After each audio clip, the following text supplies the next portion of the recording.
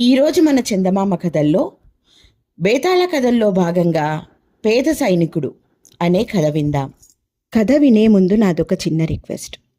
మీరు గనక మా ఛానల్ని మొదటిసారి చూస్తున్నట్లయితే ప్లీజ్ తప్పకుండా సబ్స్క్రైబ్ చేయండి. ఇక కథలోకి వద్దాం. పట్టుబదలని విక్రమార్కుడు చెట్టు వద్దకు తిరిగి వెళ్ళి చెట్టుపై నుండి శవాన్ని దించి భుజాన వేసుకుని ఎప్పటిలాగే మౌనంగా శ్మశానం కేసి నడవసాగాడు. అప్పుడు శవంలోని బేతాళుడు, రాజా, ఇంత అర్ధరాత్రి వేళ ఎంతో ఓర్పుతో నువ్విన్ని శ్రమలకు లోను కావడానికి కారణం ఏమై ఉంటుందో తెలియడం లేదు. కీర్తి కోసమో ధనం కోసమో లేక అనాలోచితంగా ఎవరికో ఇచ్చిన వాగ్దానాన్ని నిలబెట్టుకోవడానికో అయితే మాత్రం కట్టకడపడికి తప్పక విచారిస్తావు. ఏదీ శాశ్వతం కాని ఈ లోకంలో మనిషి దేని పట్ల దురాశకు లోను కారాదు. ఇందుకు నిదర్శనంగా నీకు విభిన్న వృత్తులు, మనస్తత్వాలు గల 3 వ్యక్తుల కథ చెబుతాను. శ్రమ తెలియకుండా విను అంటూ ఇలా చెప్పసాగాడు. ఒకానొక అరణ్య ప్రాంతంలోని కుగ్రామంలో ఒక పేదవాడు నివసిస్తూ ఉండేవాడు. అతడికి భార్య, పెళ్ళిడికి వచ్చిన 3 కుమార్తెలు ఉన్నారు. కుమార్తెల పెళ్లిళ్ళు చేయాలంటే డబ్బు కావాలి. అది లభించే మార్గం తెలియక పేదవాడు సదా విచారిస్తూ ఉండేవాడు. ఒకనాడు అతని భార్య, ఇలా విచారిస్తూ కూర్చుంటే మనం మరింత చిక్కుల పాలవుతాం. నువ్వు రాజుగారి సైన్యంలో పనిచేస్తూ యుద్ధంలో గాయపడినందువలన గదా ఉద్యోగం మానుకోవలసి వచ్చింది. నువ్వు రాజుగారి దగ్గరికి పోయి సంగతి చెప్పి సహాయం కోరితే ఆయన తప్పక అంతో ఇంతో డబ్బు ఇస్తాడు అన్నది. పేద సైనికుడికి భార్య సలహా నచ్చింది. రాజు చాలా ధర్మబుద్ధి గలవాడని అతడు ఎరుగును. అతడు వెంటనే అరణ్యానికి ఆవలనున్న రాజధాని ప్రతిష్టానపురానికి బయలుదేరాడు. ఒకప్పుడు రాజుకు సేవ చేసిన సైనికుడు కావడంతో అతడికి రాజుగారి దర్శనం తేలికగానే లభించింది. పేద సైనికుడు రాజుకు తాను వచ్చిన పని చెప్పి కొంత ధన సహాయం చెయ్యమని కోరాడు. రాజు ఎంతో సానుభూతి కనబరుస్తూ, మామూలు పరిస్థితుల్లో అయితే నీకు తప్పక సహాయం చేసి ఉండేవాణ్ణి. కానీ ఆ మధ్య వచ్చిన వరదల కారణంగా మన రాజ్యంలోని ఉత్తర ప్రాంతాన 50 గ్రామాలు బాగా దెబ్బతిన్నవి. ఆ గ్రామ ప్రజలకు కొత్త నివాస స్థానాలు ఏర్పాటు చేసే వరకు ఎవరికి ఎలాంటి ధన సహాయం చేయవద్దని నిన్ననే కోశాధికారికి తెలియబరిచాను. అసలు సంగతి ఏమంటే, ప్రస్తుతం కోశాగారంలో నష్టపోయిన ఆ గ్రామాల ప్రజలను ఆదుకునేందుకు సరిపడా ధనం లేదు అన్నాడు. క్షమించండి మహారాజా, పరిస్థితి ఇంత క్లిష్టంగా ఉన్నదని నాకు తెలియదు. సెలవు అని పేద సైనికుడు అక్కడి నుండి బయలుదేరాడు. అతడు తన గ్రామానికి ప్రయాణమై చీకటి పడే వేళ అరణ్యంలో దారి తప్పాడు. దానికి తోడు ఉరుములు మెరుపులతో వాన ప్రారంభమయ్యింది.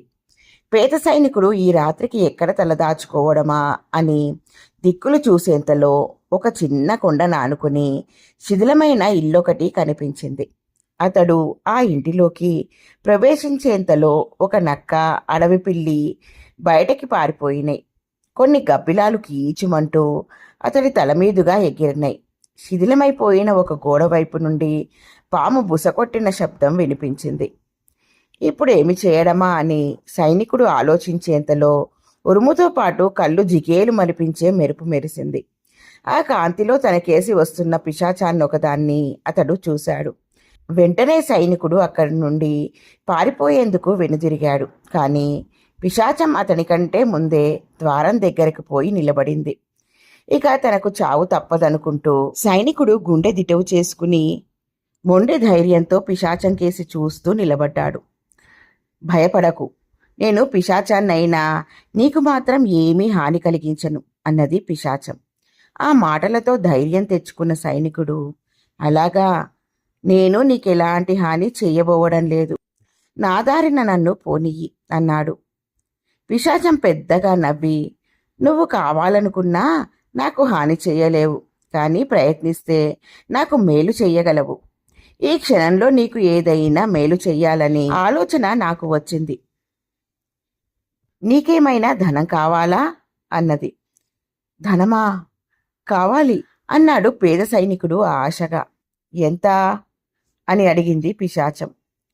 సుమారు 30 కాసుల బంగారం ఇచ్చావంటే నా కూతుళ్ళ పెళ్ళిళ్ళు చేసేస్తాను అన్నాడు సైనికుడు. ఆ జవాబు విని పిశాచం నవ్వడం ప్రారంభించింది. సైనికుడు ఆశ్చర్యపోతూ, ఎందుకలా నవ్వుతావు అని అడిగాడు. నువ్వు ఒట్టి అమాయకుడిలా ఉన్నావు. ఈ పక్కనే ఉన్న గుహలోని బంగారం అంతా నీకిస్తాను. అది బహుశా 30 లక్షల బంగారు కాసులకు తక్కువ ఉండదు. అందుకు ప్రతిఫలంగా నువ్వొక్క సాయం చెయ్యాలి. పవిత్రమైన గయా క్షేత్రంలో శాస్త్రోక్తంగా నా అంత్యక్రియలు జరిపి రావాలి అన్నది పిశాచం. ఈ వింత కోరిక విని ఆశ్చర్యపోతున్న పేద సైనికుడితో పిశాచం గుహలోని ధనాన్ని గురించి చెప్పింది. అప్పటికి 2 తరాలకు పూర్వం ఆ ప్రాంతాల మహాక్రూరుడైన బందిపోటు దొంగ ఒకడు ఉండేవాడు. వాడు దొంగతనాల్లో శిక్షితులైన కొద్దిమంది అనుచరులతో అరణ్య మార్గాన ప్రయాణించే వర్తకులనే కాక దూర ప్రాంతాల్లో నివసించే గ్రామీణ ధనికుల్ని, పట్టణాల్లోని మనుషుల్ని దోచుకునేవాడు. అలా దోచిన ధనంతో ప్రతి ఒక్కరికి సమాన భాగం ఉంటుందని చెప్పి ఆ ధనాన్ని అనుచరుల సాయంతో ఇక్కడి గుహలోకి చేరవేశాడు. కానీ ఒకనాడు రాజుగారి సైనికులు అరణ్యంలో ఈ బందిపోట్లను చుట్టుముట్టారు. అప్పుడు జరిగిన పోరులో బందిపోట్ల నాయకుడు తప్ప మిగతా వాళ్ళందరూ ప్రాణాలు కోల్పోయారు. బ్రతికి బయటపడ్డ బందిపోట్ల నాయకుడు ఆ రోజు నుండి గుహలో ఉన్న ధనానికి కాపలా కాస్తూ అక్కడే కాలం గడపసాగాడు. ఆ రహస్య ప్రదేశం వదిలి మరెక్కడికైనా వెళితే రాజుగారి సైనికులు పట్టుకుంటారని వాడి భయం. ఒక రోజున అరణ్యంలో వాణ్ణి పులి చంపింది. ఆనాటి నుండి వాడు పిశాచి రూపంలో ఆ ధనానికి కాపలా కాస్తూనే ఉన్నాడు. కొన్ని సంవత్సరాలు గడిచినాయి. ఒకనాడు అరణ్య మార్గాన పోతున్న యాత్రికున్నొకడిని చూసి పిశాచం అతడికి సంగతి చెప్పి తనకి నికృష్టమైన పిశాచి బతుకుపోయేందుకు గయలో తన అంత్యక్రియలు జరపమన్నది. అందుకు ప్రతిగా గుహలోని ధనం ఇస్తానన్నది. యాత్రికుడు ఒప్పుకున్నాడు. యాత్రికుడు గయ నుండి తిరిగి వచ్చాక పిశాచం అతడికి గుహలోని ధనం చూపించి పైశాచిక జీవనం నుండి విముక్తి చెందింది. ధన వ్యామోహంలో చిక్కిన యాత్రికుడు గుహ దగ్గరే ఒక ఇల్లు కట్టుకుని ధనాన్ని కాపలా కాయసాగాడు. కొంతకాలం గడిచిన తర్వాత అతడు మరణించి పిశాచ రూపంలో ఇంకా దానికి కాపలా కాస్తూనే ఉన్నాడు. అతడి పిశాచమే ఇప్పుడు పేద సైనికుడితో మాట్లాడుతున్నది. గయా క్షేత్రంలో ఆ కర్మకాండ అంతా తప్పక చేస్తాను. ఆ ధనం ఉన్న చోటు చూపించు అన్నాడు సైనికుడు ఉత్సాహంగా. ముందు గయకు వెళ్ళి చేయవలసిన పని ముగించుకునిరా, తరువాత ఆ గుహలోని ధనం చూపిస్తాను అన్నది పిశాచం. పేద సైనికుడు అందుకు సరేనన్నాడు. వానాగాలి తగ్గగానే పిశాచం అతడికి అరణ్యం నుండి బయటపడేందుకు సరైన మార్గం చూపించింది. సైనికుడు గయకు వెళ్ళి శాస్త్రవిధిగా కర్మ జరిపించి కొద్ది కాలంలోనే అరణ్యానికి తిరిగి వచ్చాడు. పిశాచి శిథిల గృహం ముందు అతన్ని కలుసుకుని, నీకోసమే ఎదురు చూస్తున్నాను. నీ సాయానికి చాలా కృతజ్ఞుణ్ణి. నా వెంటరా, నీకు ధనం ఉన్న గుహ చూపించి ఈ పిశాచ రూపం నుండి త్వరగా విముక్తి పొందుతాను అన్నది ఉత్సాహంగా. పేద సైనికుడు పిశాచం వెంట వెళ్ళాడు. శిథిల గృహం వెనుక ధనం దాచిన గుహ ఉన్నది. గుహ ద్వారానికి పెద్ద రాయి ఒకటి అడ్డంగా ఉండడంతో పాటు దాని చుట్టూ అడవి మొక్కలు, తీగలు అల్లిబిల్లిగా అల్లుకుని ఉన్నవి. ఇది ధనం ఉన్న గుహ.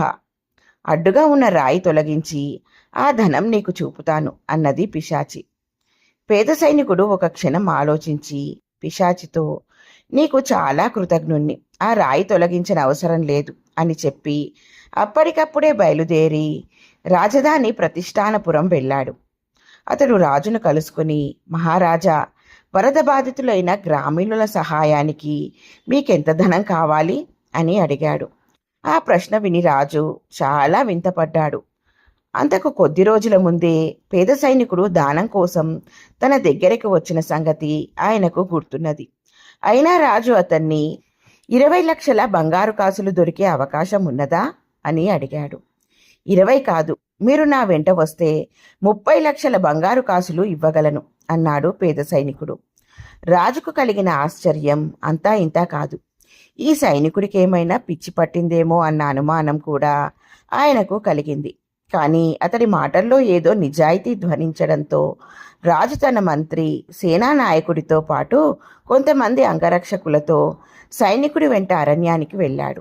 అక్కడ గుహలో వాళ్లకు నిధి కనిపించింది. దాన్ని రాజు నగరానికి పట్టించుకుని పోయి వరద బాధితులకు సహాయం చేసేందుకు ఏర్పాట్లు చేయమని మంత్రితో చెప్పి, పేద సైనికుడితో, నీకు ఈ నిధి కొంత భాగం ఇవ్వడం న్యాయం, తీసుకో అన్నాడు. వద్దు మహారాజా, ఆ ధనాన్నంతా వరద బాధితుల సహాయానికి వినియోగించండి.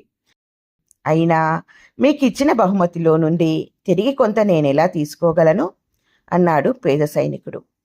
అలా అయితే నా కోశాగారం నుండి కొంత ధనం తీసుకో అని రాజు పేద సైనికుడికి 50,000 బంగారు కాసులు ఇప్పించడమే కాక నిండు సభలో అతన్ని గొప్పగా మెచ్చుకున్నాడు.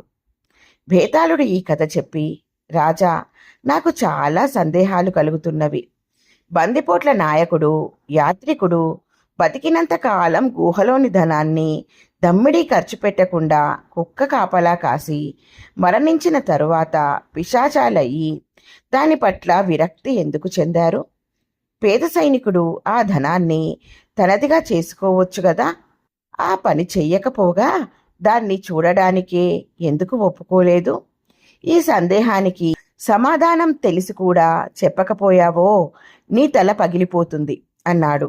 దానికి విక్రమార్కుడు, పిసినారితనం కొద్దీ అదే పనిగా ధనం కూడబెట్టే వాళ్ళు ఏదో ఒకనాడు దాన్ని తమకు తోచిన విధంగా అనుభవించగలమనుకుంటారు.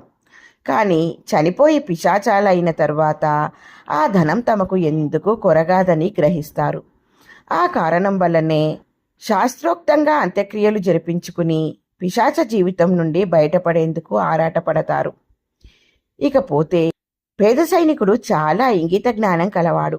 గయలో తనకు అంత్యక్రియలు జరగనిదే ఆ నిధి చూపించేందుకు పిశాచం నిరాకరించడానికి కారణమేమిటో అతడు పసిగట్టాడు. ఒకసారి ఆ నిధి చూడడం జరిగితే తనలాగే అతను ధన వ్యామోహంలో అక్కడే ఉండిపోతానని పిశాచం అనుమానించింది. హత్యల ద్వారా, దారిదోపిడీల ద్వారా అనేక మందిని హింసించి కూడబెట్టిన ధనం శాపగ్రస్తమైనదని పేద సైనికుడు గ్రహించాడు. అందుచేతనే అతడు ముందుగా ఆ నిధిని చూసేందుకు నిరాకరించడం జరిగింది. దాన్ని చూసిన యాత్రికుడు ధనలోభం కొద్దీ అక్కడి నుండి వెళ్ళలేక చచ్చి పిశాచమై దానికి కాపలా కాస్తున్నాడు. ధనానికి తాను యజమాని కావడానికి బదులు ధనం తనకు యజమాని అయ్యే దుర్దశ తనకు కలగకూడదని పేద సైనికుడు ముందుగానే జాగ్రత్త పడ్డాడు. ఇక్కట్లలో ఉన్న వాళ్లకు సహాయపడడం ద్వారానే అలాంటి ధనానికి పవిత్రత కలుగుతుంది.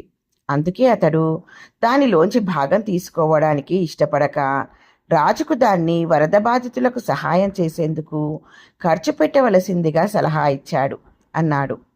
రాజుకు ఈ విధంగా మౌనభంగం కలగగానే బేతాళుడు శవంతో సహా మాయమై తిరిగి చెట్టెక్కాడు.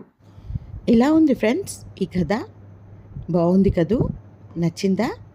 అయితే లైక్ చేయండి. మీ బంధువులకు, స్నేహితులకు ఈ కథలను షేర్ చేయండి. మరిన్ని మంచి మంచి కథల కోసం మా ఛానల్ను తప్పకుండా సబ్స్క్రైబ్ చేయండి. మరొక మంచి కథతో మళ్ళీ కలుద్దాం. ఉంటాను మరి.